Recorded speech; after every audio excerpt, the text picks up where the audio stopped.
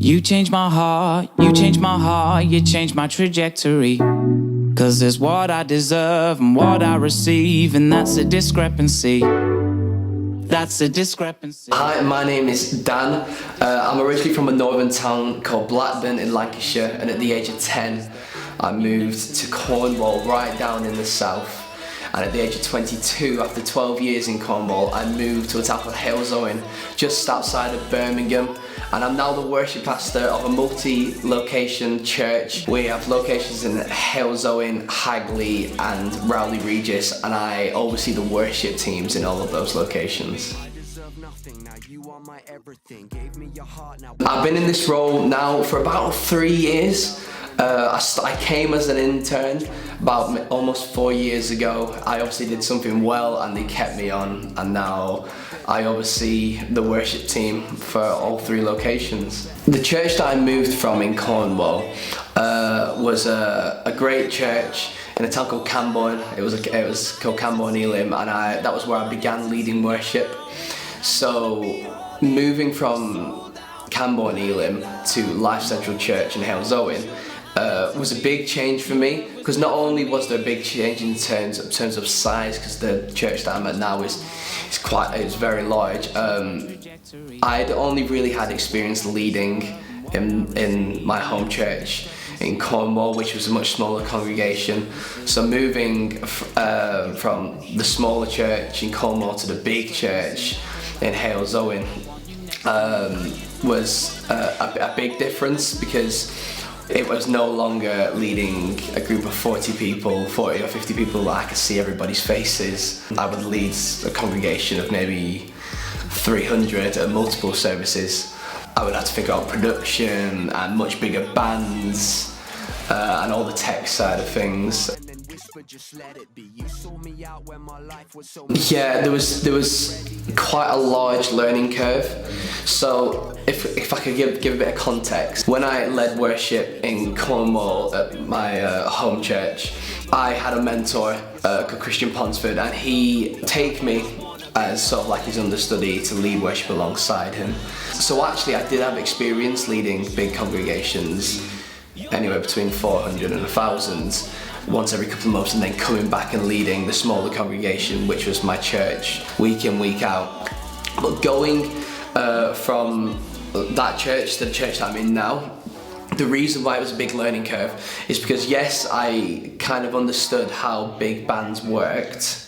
So I did have experience of how to create music with the bigger bands, but I didn't have experience of doing that week in, week out, and making it sound fresh week in, week out, and keeping the energy week in, week out, and reminding people of the why behind the what. I quickly realised that if I was doing something like Spring Harvest and New Wine, I would have like 4 months prep leading up to 1 week of worship. Whereas now, or when I first joined this church, I had to learn how to condense all that prep that I put in for the festivals into maybe 2 weeks, and dreaming big in such a small space of time. Instead of taking weeks to think creatively, how can I think creatively in half an hour, or how could I think creatively in an hour? Well, when I was younger, I grew up in a family of singers. Everybody sang, everyone was musical, and so I've always been singing. And I picked up a guitar at the age of 14 because my best mate picked up the guitar, and he was older than me, better looking than me and all that, and I just wanted to be like him. So I picked up the guitar, started playing, and I was a really slow learner, really slow learner. And I remember saying to my dad after about 6 months that I just want to give up. And he was like, we've paid for these lessons, you're going to be the best guitarist in the world whether you like it or not. So actually my ministry started out with me picking up a guitar and wanting to give up straight away, not knowing that God was going to use this. And I went to Soul Survivor, big Christian youth festival, and I was at Soul Survivor, and I saw a guy called Ben Cantle on leading worship on the main stage, and he was singing, I remember clearly, it was the song Beautiful One. It was the very first song of the whole festival, and I remember looking at him, and not only was it musically very impressive and not something that I was used to, but I what I noticed was how much joy he had when he was leading worship, and noticing how much joy the worship music and worshipping brought the people around me and myself. And I already had big faith as a young person, and I just thought I want to do that for the rest of my life. Like, I want to lead worship and I want to bring joy to people, but I want to give God the praise he deserves for the rest of my life. And that's really, from that point onwards, I knew that God had called me to be a worship leader. It very much changed everything for me in terms of my visions for where I could be when I grew up, in terms of dreaming about what God could do through me.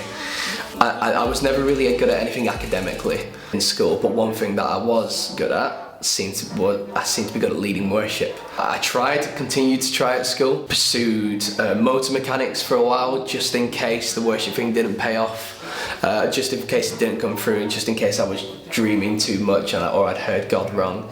But somehow deep down inside, even if people were saying to me, why don't you try and get something under your belt, just in case, it doesn't actually happen. Deep down inside, I knew what God had called me to, and it seemed very, very unlikely for a lad in Cornwall, in a small church, in a county where there's not any churches that can really need a worship pastor. It seemed very, very unlikely that I would get into that ministry.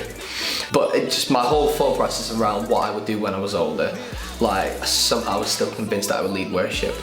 What that meant for me week in, week out with peers and friends is, from a young age, I tripped up so many times, and sometimes I'd say sorry to God for some of the things that I was doing, but I felt responsibility for how I led my life for such a young age, because I somehow knew that being on the stage, when you go on the stage, people look at you and automatically think that your life is something to aspire towards because you're on a stage. So actually, from that age of around 15 maybe, I somehow knew that the way I lived my life needed to line up with the calling that God had given me, and I somehow knew that it was a big calling.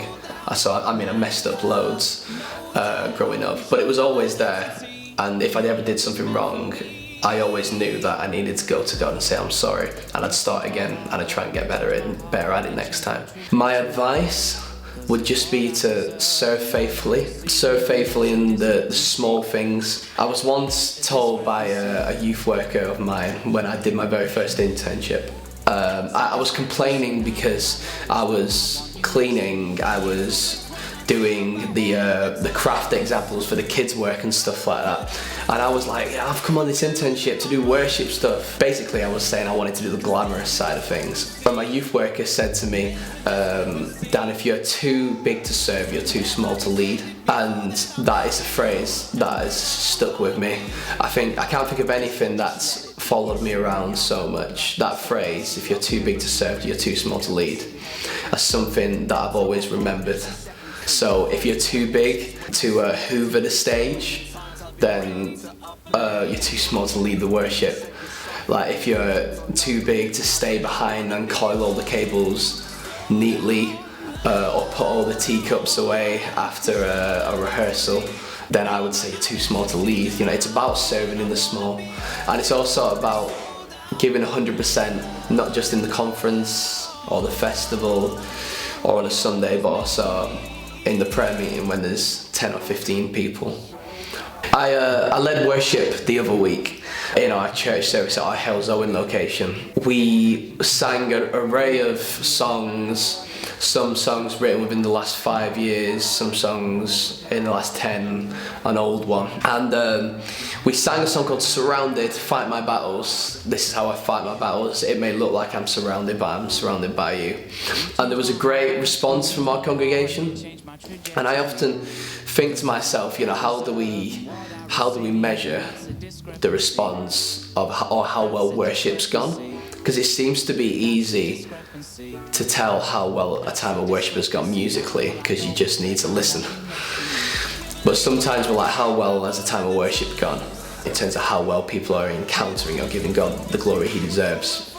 So we'd sang this song, Surrounded, Fight My Battles, and it seemed to go alright, it seemed to go well. There was a large chunk of the congregation really giving God the glory, and a chunk of the congregation who didn't seem to enter in as much, but you always have that thought in your head of, maybe some people just don't worship the same way.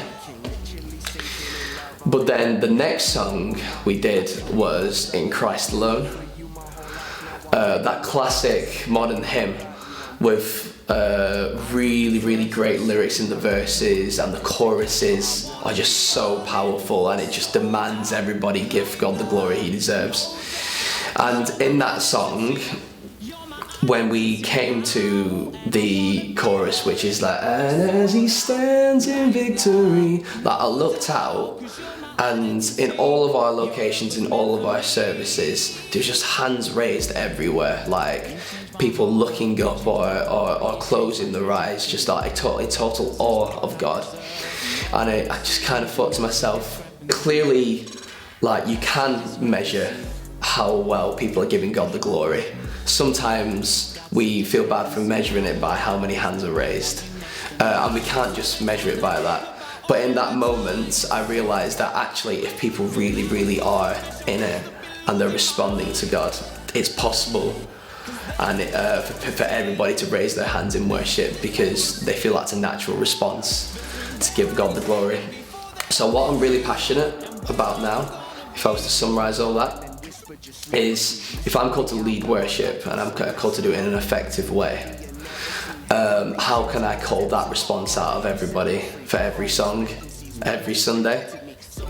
Because I know that it's not just about doing the latest stuff and the most current stuff, because a song like In Christ Alone isn't the latest stuff, it's a fairly old song, but when we sang that, everybody went for it in worship. In the same way, I think we realise that as worship leaders, you know, God's inspiring people to write songs now that are current for what God is doing in the world now. So it's not, the answer isn't just to do old songs, and the answer isn't just to do new songs, but it's how do we lead people in every single song, in every single moment, effectively, so that they get to that point where they are arms raised high, singing at the top of their voice in worship. So I'm really passionate about that at the moment. And I wanna be all in, sold out, lifelong. 'Cause you're my identity, you're my identity now. And I wanna be all in, sold out, lifelong, no doubt. Your love was meant for me. All in, sold out, lifelong, no doubt. 'Cause you're my identity. You're my identity now, and I wanna be on it.